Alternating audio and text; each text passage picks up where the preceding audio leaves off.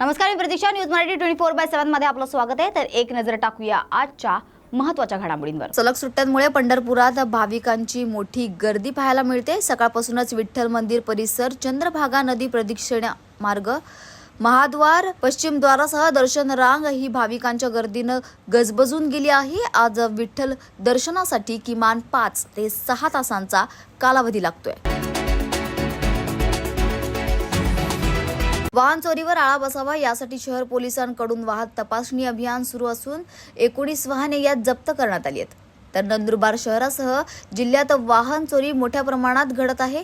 तर या मोटरसायकल चोरीवर आळा बसावा यासाठी जिल्हा पोलीस अधीक्षक श्रवण दत्त एस यांच्या आदेशान्वये आज मध्यरात्री नंदुरबार शहर पोलिसांकडून वाहन तपासणी करण्यात आली. या वाहन तपासणीमध्ये 102 वाहन तपासणी करण्यात येऊन 45 वाहनांना दंड देण्यात आलेत. तर 19 वाहनधारकांकडे कागदपत्र नसल्यामुळे ते वाहन जप्त करण्यात आलेत. हे जप्त करण्यात आलेले वाहन मूळ मालकांनी कागदपत्र दाखवून घेऊन जाणे, कदाचित कागदपत्रे नसेल तर हे चोरीचे वाहन असू शकतील. यामुळे कोणाकडे वाहन खरेदी केले या आधारावर चोरांकडे पोहोचवण्यासाठी पोलिसांना मदत मिळेल. मोटरसायकल जप्ती करण्याचे उद्देश एकच आहे की मोटरसायकल चोरीवर आळा बसावा. यासाठी हे मोटरसायकल जप्ती अभियान राबवण्यात येत आहे. मोटरसायकल चोरी होतात ते सापडतातही, परंतु हे तात्पुरते स्वरूपात नसून कायमस्वरूपी यावर आळा बसावा म्हणून हे अभियान राबवण्यात आले. ज्या वाहनांचे रजिस्ट्रेशन नाही, RCB बुक नाही असे वाहन जप्त करण्यात आले. नागरिकांना पोलिसांकडून आवाहन करण्यात येत आहे की वाहन घेताना संपूर्ण कागदपत्रे तपासा आणि कागदपत्रे पूर्ण असेल तरच वाहन घ्यावे. वाहनांची कागदपत्रे नसतील तर वाहन घेऊ नये आणि या संदर्भात शहर पोलिसांना कळवावे. यामुळे बऱ्याच प्रमाणात वाहन चोरीवर आळा बसण्यास मदत होईल असे शहर पोलीस निरीक्षक प्रभाकर देसले यांनी सांगितले. या कारवाईत शहर पोलीस ठाण्यातील कर्मचाऱ्यांचा सहभाग देखील होता. मोटरसायकल जप्ती करण्याचा मुख्य उद्देश असा आहे, मोठ्या प्रमाणात वाहन चोरीची घटना घडत आहे. सामान्य माणसाचे मोटरसायकल किंवा बाईक चोरल्यानंतर त्याला किती वेदना यातना होतात याची जाणीव पोलीस प्रशासनाला आहे. मोठ्या प्रमाणात वाहन चोरीवर आळा घालावा म्हणून माननीय पोलीस अधीक्षक साहेब यांनी स्पष्ट सूचना आदेश दिले आहेत की कुठल्याही परिस्थितीमध्ये वाहन चोरी याच्यावर नियंत्रण आणणं या प्राधान्य दिलं पाहिजे. त्या प्राधान्य देण्याच्या भूमिकेतनं की वाहन चोरी होत आहेत त्यांना आम्ही वेळोवेळी आरोपी डिटेक्ट करतो, वाहनं पण डिटेक्ट करतो, पण एक परमनंट त्याच्यावर काहीतरी थोडाफार तरी कंट्रोल असला पाहिजे. या भूमिकेतनं शहरात जी बाईकवाले असतील, मोटरसायकल स्वार आहे, त्या मोटरसायकल स्वारांकडे बऱ्याच लोकांकडे अशी वाहनं असतात की ती वाहनं 5,000 4,000 कोणाकडे दुसऱ्या माणसाकडनं घेतलेली असतात आणि त्याचं कुठे रजिस्ट्रेशन झालेलं राहत नाही.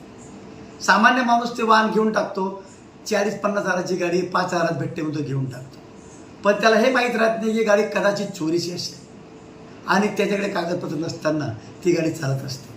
म्हणून अशी जी वाहनं असतील की ज्यांचं रजिस्ट्रेशन नाही आहे, असेल तरी दुसऱ्याच्या नावावर आहे, अशा वाहनांना शोधून काढणं जेणेकरून चोरीची वाहनं अशा प्रकारे गावात येणार नाही आणि कोणतेही नागरिक अशा प्रकारचे ज्याच्याकडे RC बुक नाही किंवा त्याचे ट्रान्सफर होत नसेल अशी वाहनं घेणार नाहीत. जेव्हा वाहनं घेणार नाहीत तर वाहनं चोरीत येणार नाहीत. अशाच प्रकारे सर्व नागरिकांनी जर भूमिका घेतली तर चोरीची वाहनं जाऊच शकत नाही दुसरीकडे.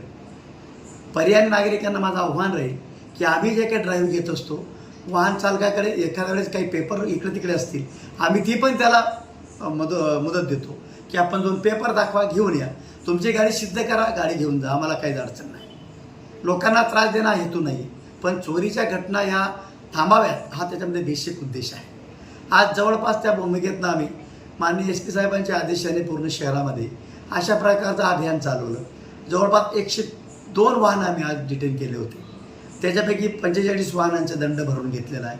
33 जी वाहनं असतील 33 वाहनांसंदर्भातलं त्यांच्या मालकाने आम्हाला ते कागद, त्यांचे लायसन वगैरे योग्य प्रमाणे सादर केलं, आम्ही ती वाहनं त्यांना सोडून दिलेली आहे.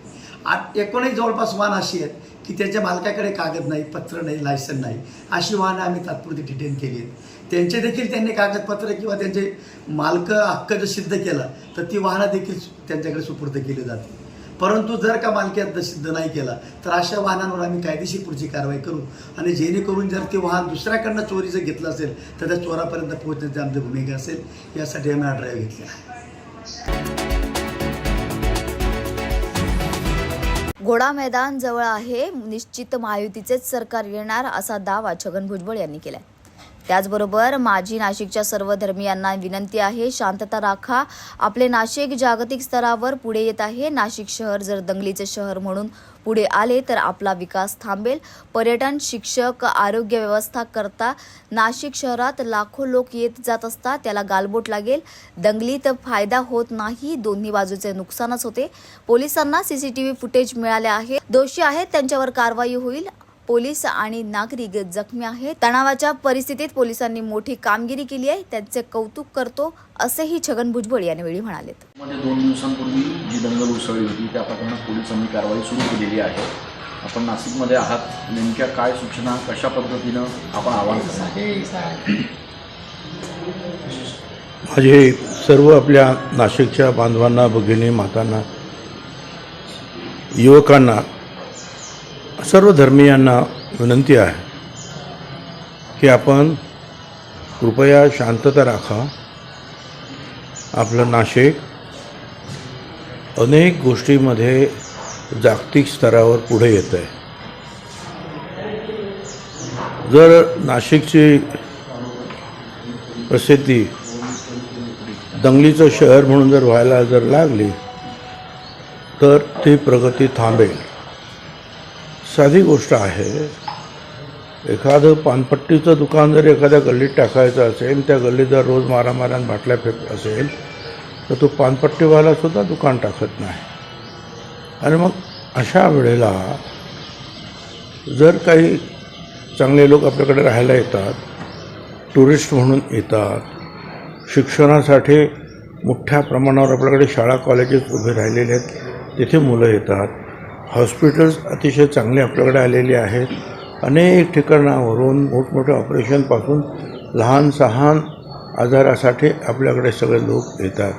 आणि अशा वेगवेगळ्या रीतीनं जे आहे आपल्या नाशिकची प्रगती सुरू असताना आपण नाशिक हे शांत असं शहर जर आपण ठेवलं तर निश्चितपणे जे आहे सगळ्यांचंच पाऊल पुढे पडेल.